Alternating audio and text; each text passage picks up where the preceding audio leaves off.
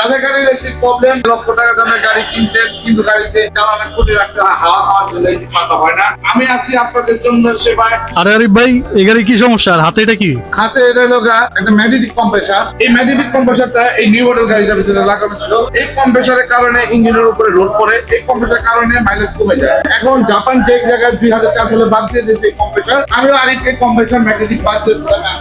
এই যে দেখেন জাপান অরিজিনাল অথেন্টিক একটা ইলেকট্রিক কম্প্রেসার।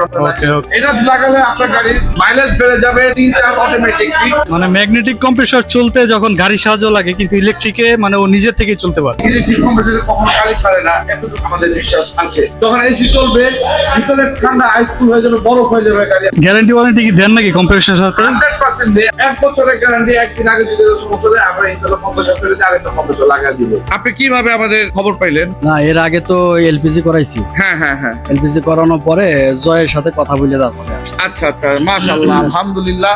উনি আমাদের কাছ থেকে আগে এলপিজি করা গেছে। আমাদের এলপিজি সার্ভিসটা আপনি কেমন পাইছিলেন? ভালো। কোনো সমস্যা হচ্ছে? মাইলেজ ভালোই পাচ্ছেন না?